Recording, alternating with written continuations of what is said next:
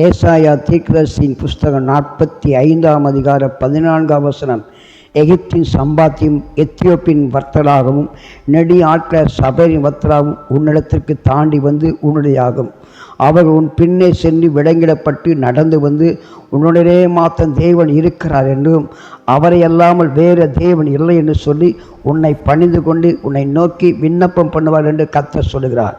என் தேவசனமே, எகிப்தின் சம்பாத்தியமும் எத்தியோப்பின் ராஜ்யத்தின் ஆசீர்வாதமும் சபையின் நாட்களும் உன்னிடத்தில் ஆசீர்வாதம் வந்து தாண்டி உன்னிடத்தில் வந்து உன்னிடத்தில் தங்கும். இந்த நாளிலே உன்னை சம்பத்தினாலும் ஆசீர்வாதத்தால் நிறைந்திருக்கிற அபிஷேகத்தை மாத்திரமல்ல, உன்னோடு தேவன் இருக்கிறார் என்பதை ஜனங்கள், சபையார்கள், சொந்த பந்தங்கள் அறிந்து உன்னை தேடி வந்து அவர் மூலமாய் அநேக ஆத்துமாக்களை அதயம் பண்ணுகிற தெய்வ பிரசன்னத்துக்காய் கொண்டு வருகிற தெய்வ அபிஷேகத்தை நடத்தி உன் விண்ணப்பத்திற்கு செவி சாய்க்கிற தெய்வம் என்பதை ஜனங்கள் அறிந்து கொள்ளும்படியாய் உன் சொந்த பந்தங்கள் அறிந்து கொள்ளும்படி கர்த்தர் இந்த காலை உன்னை ஆசீர்வதிக்கிற தேவனாக உன்னோடு கூட இருக்கிறார். நீ தெய்வ சமூகத்தில் நிற்க எல்லாவற்றையும் கர்த்தர் ஆசீர்வதிக்கிற தேவனாக இருக்கிறார். கர்த்தருக்கே மகிமை உண்டாவதாக. ஆமென்.